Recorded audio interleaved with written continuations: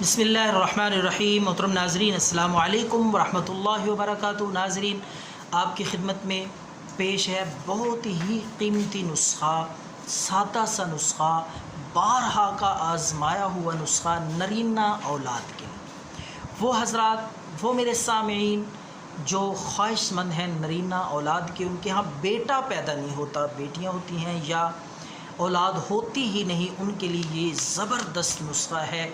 انشاءاللہ آپ پوری زندگی دعائیں دیں گے۔ ایسا قیمتی نسخہ آپ کو دینے لگا ہوں جو حضرات اولاد کے خواہش مند ہیں، نرینہ اولاد کے۔ تو آپ نے کیا کرنا ہے، سب سے پہلے آپ نے اچھی قسم کی موٹے سائز کی کشمش لانی ہے۔ کشمش لا کے اس کو اچھی طرح آپ نے صاف کرنا ہے۔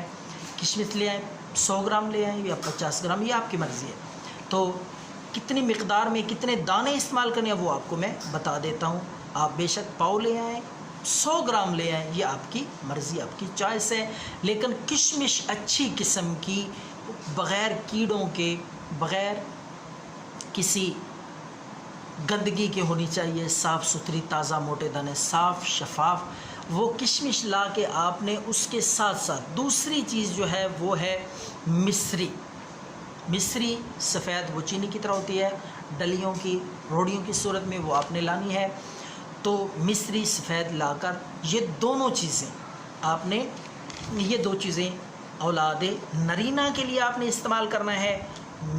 کشمش کے 21 دانے صبح و نہار میں، اس کے ساتھ ساتھ آپ نے تھوڑی سی مصری حسب منشا، جتنی آپ کی طبیعت ہو، جتنا آپ کا مزاج ہو، آپ وہ چھوٹے چھوٹے ٹکڑے اور پیس وہ ساتھ ساتھ کھاتے رہیں۔ اور کشمش کے 21 دانے 7 دن کو، رات کو قرآن مجید کی آیت کریمہ میں بتا دیتا ہوں، وہ چلتے پھرتے اٹھتے بیٹھتے یہ پڑھ لیں، کوئی تعداد مقرر نہیں ہے۔ ربی حبلی من الصالحین، ربی حبلی من الصالحین، ربی حبلی من الصالحین، یہ پڑھتے رہیں۔ انشاءاللہ چند دنوں میں اللہ پاک امید لگائیں گے، اولاد نرینہ سے نوازیں گے۔ دعاؤں میں یاد رکھیں۔